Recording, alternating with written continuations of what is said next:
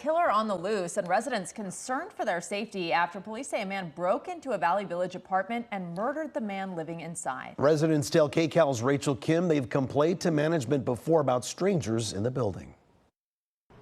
Everyone is really scared now. We started a big group chat. There is fear and frustration among people who live at the Ashton Sherman Village apartments in Valley Village after a suspect broke in and killed one of the residents.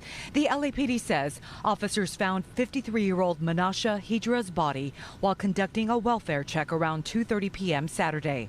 Police say Hidra died after a physical altercation with the intruder. Security video shows the suspect armed with a screwdriver trying to get into a number of apartments. It's frightening. Casey Harabedian took us inside and explained what she and other residents believe happened. We have skylights up on the 5th floor, and he went through the skylight in the apartment next door. We don't know if he got cut in there, but he crawled across the balcony into the apartment next door. Supposedly the guy was in bed, and this fight ensued. The guy climbed back over, hid in the apartment in like a closet or somewhere, lots of blood. The LAPD did not confirm this information and are not releasing details because they tell me they don't want to compromise their investigation. Residents say they're not getting answers from police, but what's most upsetting to them, they say the apartment's management hasn't taken measures to ensure their safety, which has been an ongoing issue.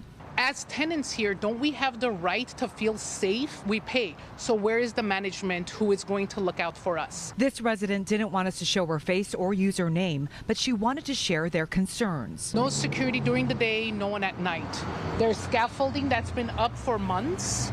No one is here at night to see and make sure that no one is climbing these scaffoldings. I have a balcony that I haven't been able to use, that I have to lock. We spoke with about a dozen residents, both on and off camera, and they all told us they've been complaining to management for years about non-residents being able to access the property easily. They say they hear people on the roof after hours, and sometimes the doors here at the entrance are left ajar.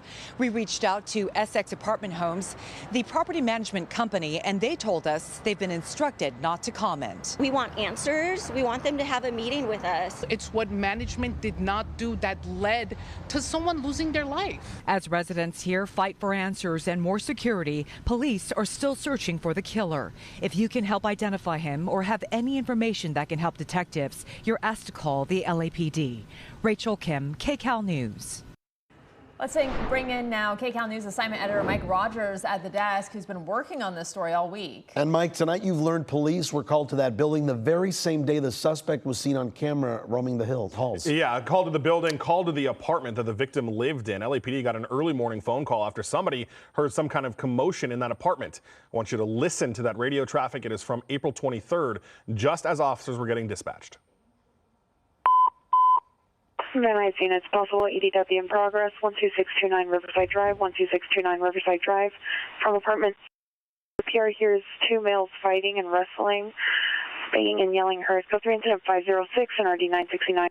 Yeah, so you heard that call go out, code 3. That means lights and sirens. Those officers got there. This is video from about an hour prior to that 911 call and that radio dispatch from the LAPD.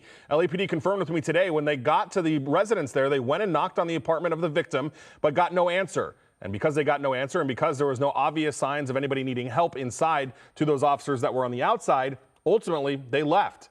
We now know that the suspect they're looking for is this man. Residents were posting flyers all over the windows. And today, now we also know that 3 days after that radio call came out and that 911 call was made from inside the building, it was 3 days later on Saturday the victim's body would be found after a welfare check was conducted. LAPD says they are still obviously looking into this, and they're hoping anybody that recognizes that person, as Rachel mentioned, will give them a call. But a little unsettling for some neighbors to know that they heard something, called 911, and unfortunately LAPD was not able to go inside that home.